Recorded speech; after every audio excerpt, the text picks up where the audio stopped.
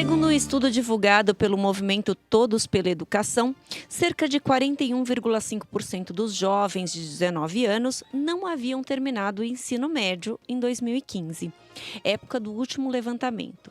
Outras 2.400.000 crianças de 4 a 17 anos estavam fora dos bancos escolares no mesmo período. Para debatermos sobre a evasão escolar, o Em Discussão de hoje recebe Romualdo Portela de Oliveira, diretor de Pesquisa e Avaliação do Centro de Estudos e Pesquisas em Educação, Cultura e Ação Comunitária, CENPEC. Romualdo, seja muito bem-vindo à Rede Alesp. É um prazer estar aqui conversando com vocês sobre isso. Romualdo, quais são as principais razões para a evasão escolar? Eu acho que um problema fundamental que associa a evasão, está muito associado à evasão, é a reprovação. Por quê? Porque a criança ou o jovem, ele ingressa no sistema escolar, reprova, depois reprova novamente, ou seja, a multirreprovação gera a evasão, né? E isso de um lado. E de outro, no caso do ensino médio, nós temos um não ingresso decorrente do seguinte processo. A criança ou o adolescente, ele conclui o ensino fundamental e vai ao mercado de trabalho. E a gente não consegue compatibilizar esse trabalho com o estudo. Então, eu acho que tem essas duas fontes principais. Internamente ao processo de evasão, tem duas questões que há que se considerar. Uma é a reprovação já detectada mais cedo, que faz com que a criança abandone e retorne no ano seguinte. Então, uma parte desse... E aí ela é contabilizada como evadida, né? Ela não chegou a reprovar, mas ela, de fato, o que levou ao processo de evasão é a reprovação. E isso, no ano seguinte, ela volta. Então, é um processo de contabilidade, como você contabiliza esse processo. O outro é, de fato, o abandono do sistema. E isso está muito associado à dificuldade que a escola tem de incorporar essas crianças e jovens ao processo educativo. Você falou da questão da repetência, né? A progressão continuada tem a ver com esse processo? Nas escolas onde ela funciona, a evasão é menor? Originalmente, a progressão continuada, ela incidia sobre este problema. Os nossos índices eram muito altos e se tentou administrativamente coibir a reprovação. O problema é que a concepção que está associada à progressão continuada é de uma mudança da concepção de avaliação e uma perspectiva de garantia da permanência da criança na escola. Ou seja, não é só proibir a reprovação, mas você trabalhar com uma mudança de cultura no interior da escola para enfrentar os problemas de aprendizagem daquelas crianças que não estão acompanhando e que provavelmente no futuro reprovariam. O que nós tivemos no Brasil em geral e em São Paulo em particular foi uma introdução da progressão continuada apenas pela proibição da reprovação. E isto não implicou numa ação que mudasse a cultura no interior da escola. Então, digamos, o efeito que ela poderia gerar positivo foi minorado. Romualdo, no Brasil, a negligência dos estudos da instrução primária é crime, né? Que é o artigo 246 do Código Penal. Aumentar essa pena poderia também contribuir nesse processo? Seria um fator aí para que as pessoas pensassem duas vezes antes de deixar que os filhos abandonassem a escola? Eu acho que não, porque, na verdade, mesmo esse dispositivo do Código Penal é pouco conhecido. E, na verdade, nós não vamos resolver isso administrativamente. Isso é um processo pedagógico. No fundo, nós temos que entender as causas da evasão e trabalhar sobre elas. E aí é fundamentalmente uma inadaptabilidade da escola para trabalhar com populações que estão ingressando no sistema escolar pela primeira vez. Isso é um fenômeno que no Brasil é relativamente recente, né? Como nós temos ampliado a escolarização da população, tem uma parcela grande da população que está chegando no sistema pela primeira vez em suas famílias e progredindo no sistema. E isso é fruto desse processo de ampliação das oportunidades. Então, não parece adequado a gente trabalhar numa medida punitiva nisso. É melhor trabalharmos do ponto de vista pedagógico, entender quais são as origens que causam a evasão e incidir sobre elas. E quais são as principais consequências da evasão? A primeira delas é que se nega um direito à criança e ao adolescente, né? Pela nossa Constituição, todos até os 17 anos têm direito à escolarização. Se não houvesse reprovação nem evasão, nós teríamos o ensino médio como obrigatório para todos. Os nossos índices de atendimento ao ensino médio são baixos. E, portanto, essa é a primeira consequência. E a segunda consequência é que quando o jovem abandona a escola muito precocemente, ele não entra no mercado de trabalho. Então, nós temos aquela situação que nas estatísticas se chama nem e nem, né? Nem na escola e nem no mercado de trabalho. E, portanto, esse jovem, essa criança ficam muito expostos à violência. Né? Então, é vítima de grupos de bandidos, enfim. Né? Então, você tem também uma questão de integridade dessas crianças quando elas não estão no sistema escolar. E por isso que é um tema importante para a gente trabalhar, ou seja, eles não estão preparados ainda para o mercado de trabalho e não ficam na escola, que seria a instituição que os acolheria do ponto de vista da nossa organização social. Eu peço licença aqui para ler para você um trecho de uma reportagem do Estadão, que fala muito sobre isso. De acordo com o estudo de políticas públicas para a redução do abandono e evasão escolar de jovens, de Ricardo Paes de Barros, professor do INSP, a conclusão do ensino médio gera um acréscimo salarial de R$35 mil ao longo da vida, em relação aos que concluíram apenas o ensino fundamental. Essa diferença é ainda maior nos centros urbanos. Além do custo individual que cada jovem que não conclui a formação acadêmica sofre diretamente, a evasão escolar produz efeitos negativos sobre toda a coletividade. As evidências mostram que trabalhadores mais qualificados são mais produtivos, atraem mais investimentos e demandam menos gastos públicos com saúde, combate ao crime e bem-estar social. Eu achei isso muito significativo, né? Então, quer dizer, a consequência de um jovem melhor escolarizado é muito maior para o ambiente que ele está, para a sociedade que ele está, né? Então... Exatamente. A escolarização produz benefícios não só diretamente financeiros, no sentido de que você vai ter trabalhadores mais produtivos, você vai ter cidadãos mais educados que vão ter condição de se inserir melhor no mercado de trabalho, mas também tem um efeito sistêmico. Ou seja, a escolarização propicia maior informação sobre saúde, portanto, nós diminuímos gastos com saúde, nós diminuímos a criminalidade com a escolarização da população. Ou seja, e é por isso que a gente costuma dizer que educação não é gasto, é investimento. Porque se nós temos uma população mais educada, mais escolarizada, os benefícios sociais são muito grandes, tanto do ponto de vista econômico quanto do ponto de vista social. Por exemplo, nessa questão da violência.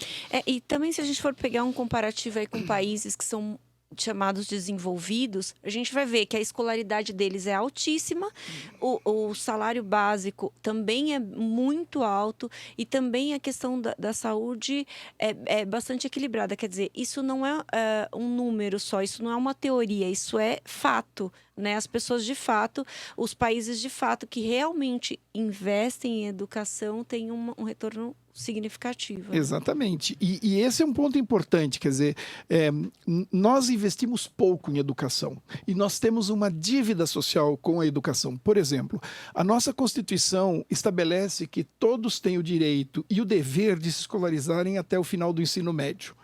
Nós estamos longe de atingir isso.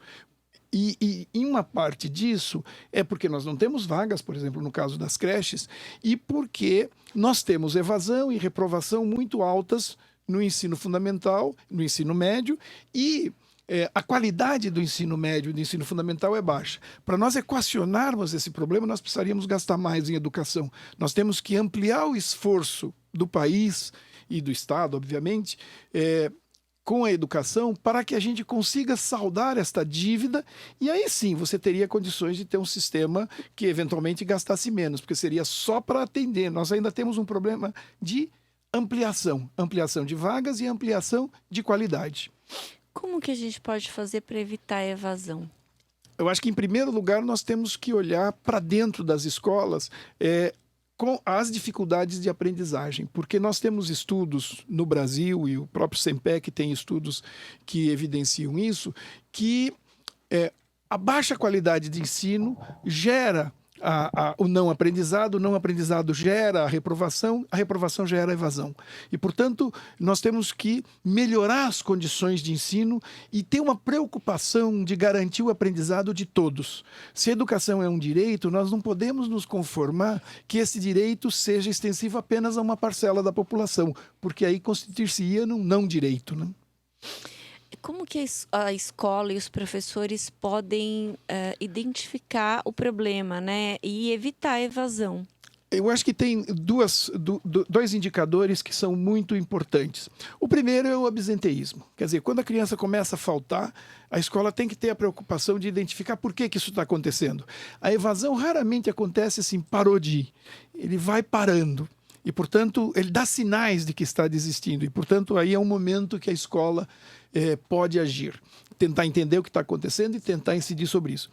A segunda forma é identificar aquelas crianças que estão com dificuldade de aprendizado e tentar desenvolver ações com essas crianças que garantam o aprendizado.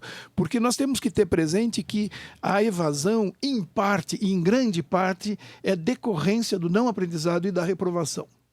Qual que é a importância de envolver a família nesse processo? É fundamental, porque, em primeiro lugar, porque a família pode ser um parceiro muito grande no processo de ensino-aprendizagem.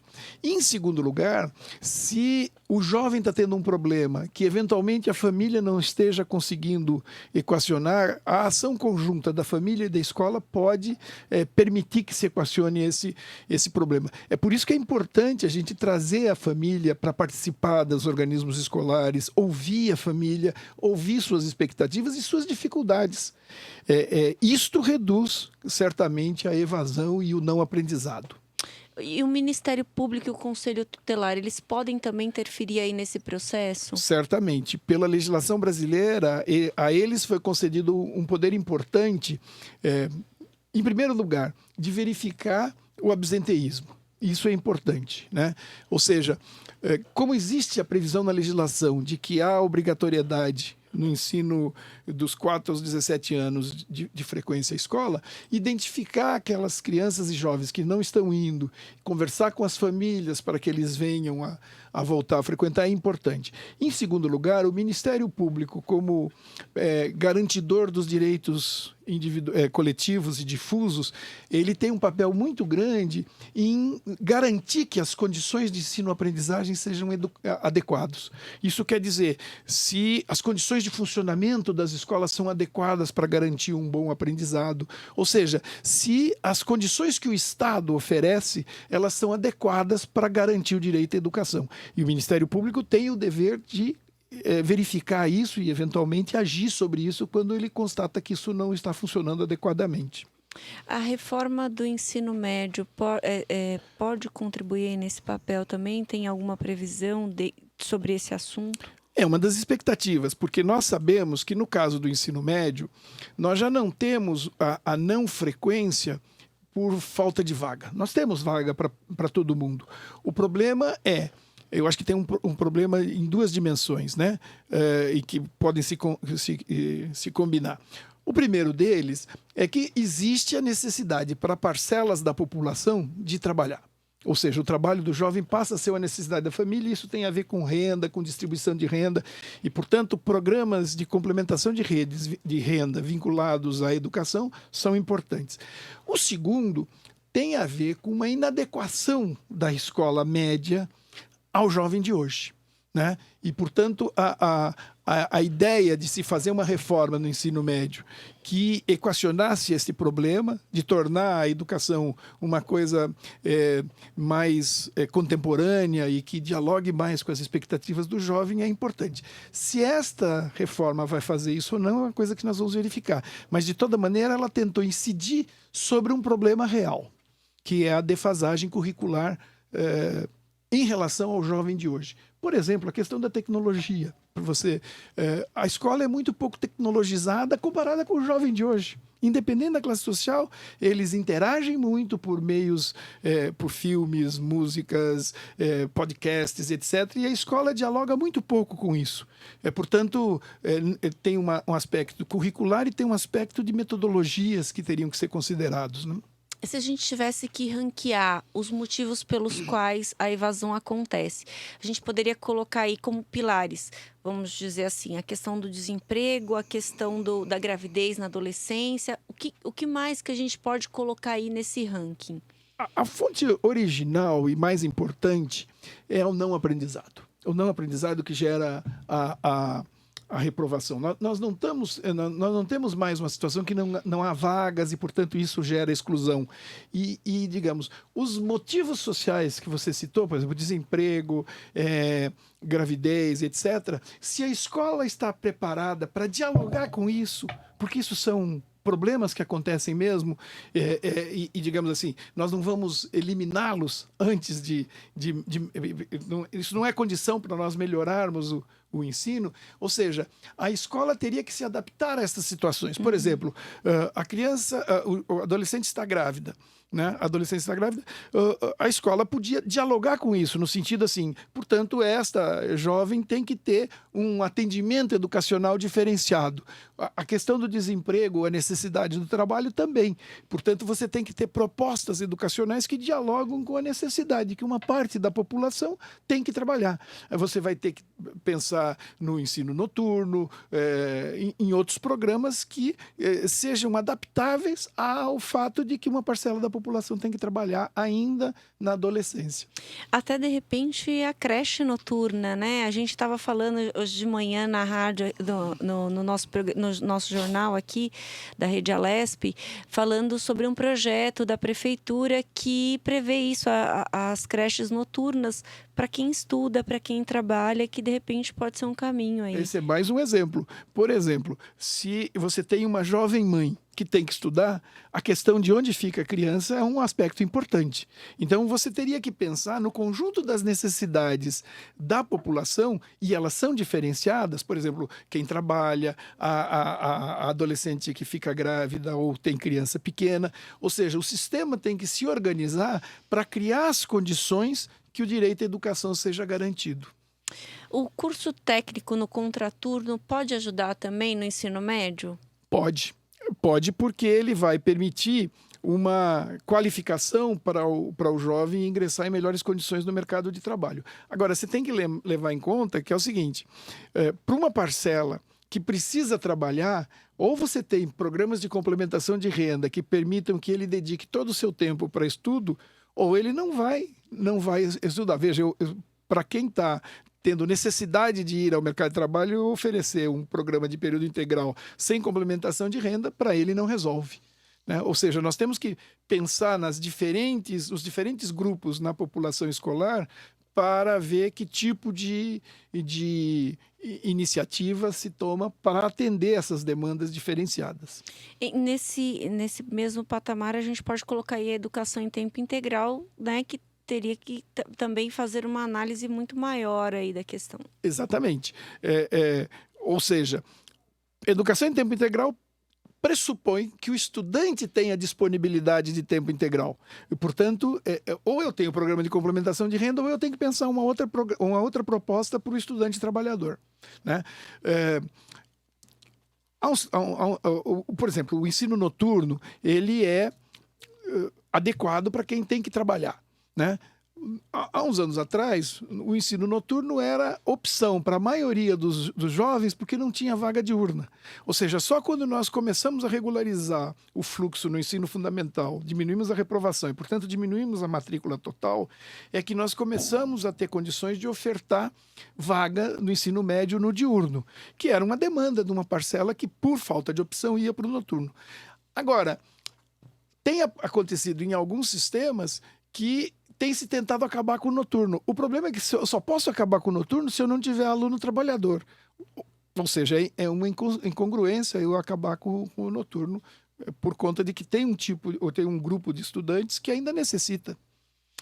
Atividades extraclasses também contribuiriam, não nesse caso não ensino técnico, mas outras atividades que tornasse ali o ambiente escolar mais atraente, também poderiam contribuir? Certamente, mas isso, digamos, a forma mais coerente de se fazer isso é uma proposta de educação integral. Porque a educação integral, ela expandiria as linguagens, os espaços de escolarização e de educação num sentido mais amplo, podendo ser, inclusive, por meio de articulação com outros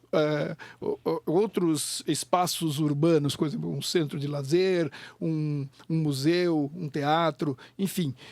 E aí você poderia ter uma proposta educativa de maneira integral, né? Isso implica também você ter, portanto, uma decisão mais clara dos poderes públicos de apresentar um projeto de educação integral que não seja simplesmente uma extensão do horário de escolarização. O SEMPEC desenvolveu várias experiências de educação integral Brasil afora, colaborando com redes municipais e estaduais, em que se tentou implantar essa visão de uma educação integral num repensar do currículo e das práticas escolares e das linguagens no interior da escola. Eu queria abordar a questão sobre um outro aspecto agora. Porque assim, a gente tem a questão da evasão, que é uma questão muito complicada, muito complexa, mas a gente também tem aquela criança que vai para a escola, mas ela não aproveita a escola. Uma criança, por exemplo, que não tem comida em casa, que é um fato, e ela vai para a escola pela merenda, não pela educação. Como que também a gente pode tratar isso daí? Porque no final das contas, em algum momento, ela também vai perder o interesse e também vai querer sair da escola. Como que a gente trata essa questão que também é bem forte, principalmente nas periferias? De uma maneira geral, você pode pegar esse exemplo que você deu e eu posso pegar, de uma maneira geral, as crianças que não aprendem. E que, portanto, por não aprenderem, vão perder o interesse. Então, a escola tem que se organizar para garantir o aprendizado de todos. Essa é a condição do direito à educação. E, para isso, ela vai ter que entender as necessidades diferenciadas que a população tem. Ou seja, as crianças não são iguais e, portanto, toda a padronização da ação da escola que não comporte uma diferenciação não vai dar certo, né? Ou seja, vai ter uma parcela que não vai ser atendida. Então, a escola tem que ter condições de ter um atendimento diferenciado para aqueles que não estão acompanhando, não estão conseguindo aprender. E, portanto, ela tem que ter condições materiais para isso. Isso implica em pessoal, isso implica em instalações. Essa é uma das necessidades que nós temos, né? Quer dizer, equipar as nossas escolas de pessoal e condições físicas para atender projetos diferenciados para diferentes grupos que nós temos no interior das escolas. Esses jovens fora da escola, eles estão fadados ao subemprego? Certamente, certamente, porque conforme você aumenta a escolaridade média da população, as exigências de ingresso no mercado de trabalho vão aumentando.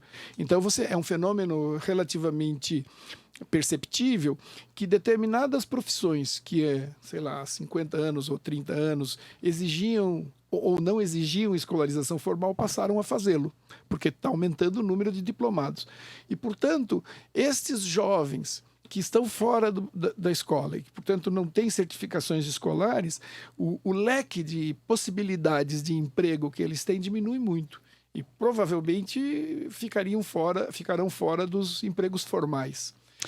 As escolas precisam repensar as estratégias constantemente, as estratégias para evitar a evasão?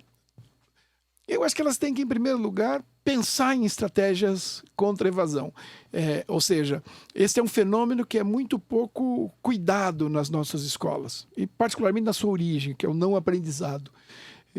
Depois de você ter ações mais sistemáticas a esse respeito, você pode tentar ver se tem que mudar ou se tem que fazer algo mais para aqueles grupos onde isso não está funcionando.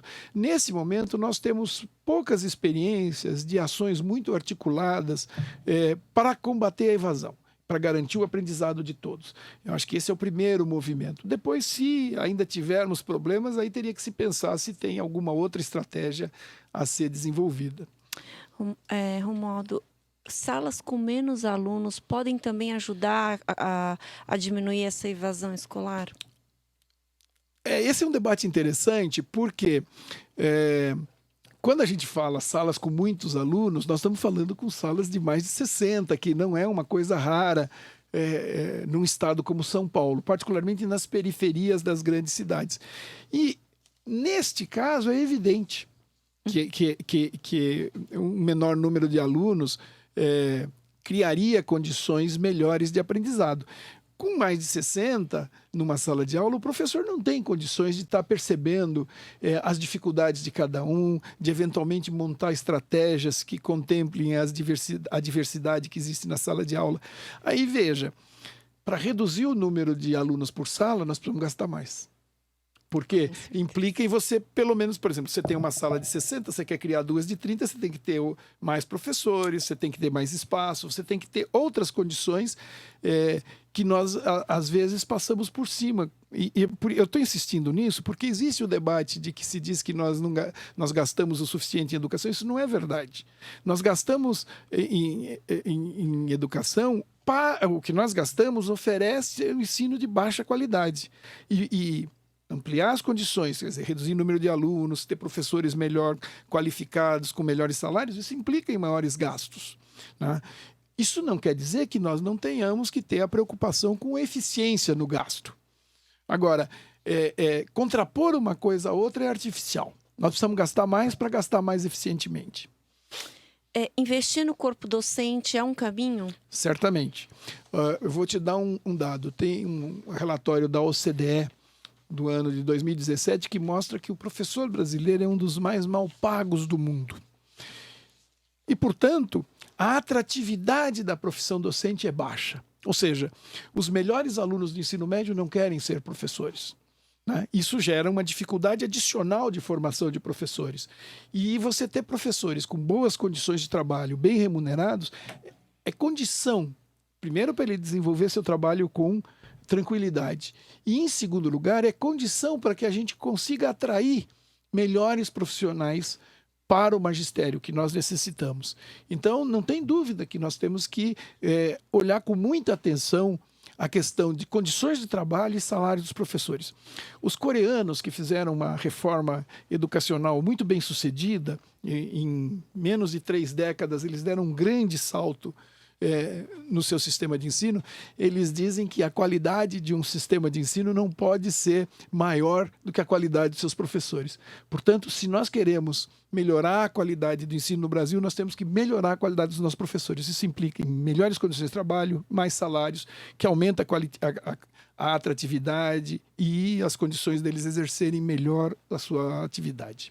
A gente sabe que, por exemplo, o uso do celular, o senhor estava falando de tecnologia um pouco antes, a gente sabe que o uso de celular às vezes dispersa o aluno, o jovem e tal, mas e aí? E se a gente consegue um raciocínio melhor para usar as tecnologias a favor? Também é uma forma de deixar aquele aluno mais preso àquele conteúdo e melhorar ali a relação dele com a escola? Certamente. Eu acho que é inglório tentar não dialogar com essas tecnologias que já estão disponibilizadas aos jovens e que eles usam. O que nós precisamos fazer é transformar essas tecnologias em ferramenta útil para o ensino, né? Se você pensar, por exemplo, o que já existe de material na internet, por exemplo, que é muito interessante e que desperta a atenção do jovem, muito mais do que uma aula expositiva ou uma aula mais tradicional, a gente pode facilmente perceber que nós temos que utilizar essas ferramentas como auxílio na atividade educacional. E por isso nós temos que pensar em outras linguagens, outras práticas, né? É pouco eficiente eu pensar que eu vou proibir essas tecnologias ou que eu vou desconsiderá-las. Por quê? Porque o jovem já está imerso nelas. Importa é a gente criar estratégias em que isso seja utilizado como um auxílio ao ensino. E se você olhar experiências bem-sucedidas, nós temos várias, de professores, de escolas que utilizam a tecnologia para potencializar o aprendizado dos jovens. Me parece que é por aí que a gente teria que pensar. Eu até me lembrei aqui de uma situação que uma amiga tem uma filha de 7 anos, se eu não me engano. E a escola dela, 7 anos, a primeira, segunda série, né? A escola dela tem aqueles óculos de realidade virtual. Então, ela não aprende só no livro o que são planícies. Ela aprende, ela vai até o local por meio do óculos. Então, ela volta fascinada. E aos 7 anos, ela dá aula para todo mundo sobre o que são planícies e outras coisas, né? Claro, essa é uma escola particular, mas é uma tecnologia que a escola usou muito inteligentemente para deixar atraente e desde pequeno, né, fazer formar ali multiplicadores, né? Esse seu exemplo é ótimo. O Paulo Freire dizia que você não ensina nada a quem não está interessado. E por isso você tem que transformar a escola num espaço gostoso, um espaço de prazer, um espaço de despertar da imaginação, da consciência, do interesse. E, portanto, nós temos que dialogar com o que interessa esse jovem e trabalhar esse interesse no sentido de potencializar o aprendizado. A escola não tem que ser um lugar de castigo, pode ser um lugar de prazer, e quando a gente tem prazer com as atividades que está fazendo, a gente aprende mais. Os motivos da evasão escolar são os mesmos nas regiões centrais e nas periféricas? São, em geral, né? O não aprendizado. O que acontece é que nas regiões centrais das grandes cidades, um dos problemas que nós apontamos aqui, que é a superlotação de salas de aula, é menos pronunciado, né? O fenômeno da superlotação de salas de aula, em geral, é um fenômeno das periferias. E também existe um problema que muitas vezes as escolas das regiões centrais, como são mais antigas, eventualmente elas são mais bem equipadas que as da periferia. O resto é muito, muito parecido. Quer dizer, a evasão é essencialmente um processo da inadaptação do indivíduo à escola. É o não aprendizado, a não incorporação à vida da escola. Até dá para a gente observar aí que escolas mais recentes, comparadas às mais antigas, por exemplo, não tem laboratório de química e a biblioteca não tem todas. Então, tem algumas coisas que faltam nos equipamentos que chegam nas bordas, digamos assim. Exatamente. Acho que é uma necessidade do poder público olhar com muita atenção o gasto por aluno no nível escola. Isso é uma informação que as nossas administrações na área de educação, ao qual elas prestam pouca atenção. Porque um componente importante do custo por aluno é o número de alunos por sala de aula. E, portanto, as salas de aula menor custam mais, com menos alunos, custam mais do que escolas ou salas de aula com mais alunos. E, portanto, nas escolas da periferia eu estou gastando menos por alunos e, portanto, eu teria que dar uma atenção especial e garantir condições infraestruturais melhores para que você tenha uma equidade no interior dos sistemas de ensino. Ou seja, nós temos desigualdade de financiamento não só entre redes. Muitas vezes, no interior de uma mesma rede, nós temos atendimentos diferenciados. E essa preocupação que você demonstrou aí com a questão das condições infraestruturais é importante. A gente está chegando ao final do nosso papo e eu queria, para encerrar, uma última pergunta: se quando a escola vai avaliar essa questão da evasão, se é necessário verificar o caso individualmente ou é necessário avaliar a escola como um todo, perceber o que está em volta da escola para ver o motivo pelo qual aquela evasão está ocorrendo. Tem que se olhar as duas coisas. Porque uma coisa é você ver o conjunto, se esse número é alto ou é baixo comparado com outras escolas, né? Isso te dá um parâmetro. E dentro da escola, salas de aula, porque você pode ter uma evasão maior numa sala ou numa série. Isso é uma pista importante para a escola pensar, olha, se nós estamos tendo uma evasão maior no terceiro ano, por exemplo, temos que olhar com mais cuidado o terceiro ano, o que está acontecendo ali.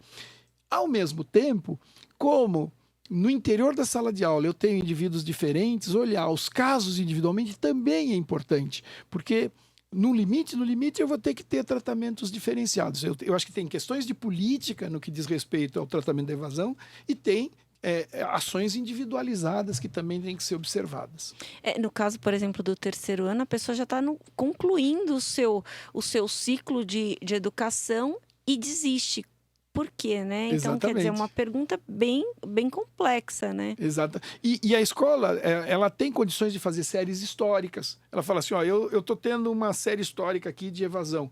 Por algum motivo este ano aumentou? O que está acontecendo? Ou seja, a escola tem informações com as quais ela pode trabalhar para tornar o enfrentamento à evasão mais eficiente. Romualdo, eu queria agradecer muito a sua participação, a sua presença. A gente teve... É muito importante que a gente possa debater esse tema, ampliar nosso conhecimento sobre esse tema para que a gente possa ajudar, né? Muito obrigada, viu? Foi um prazer. Eu e o SEMPEC ficamos à disposição de vocês. É um prazer estar aqui. O Em Discussão fica por aqui. Eu agradeço a sua companhia. Muito obrigada e até a próxima.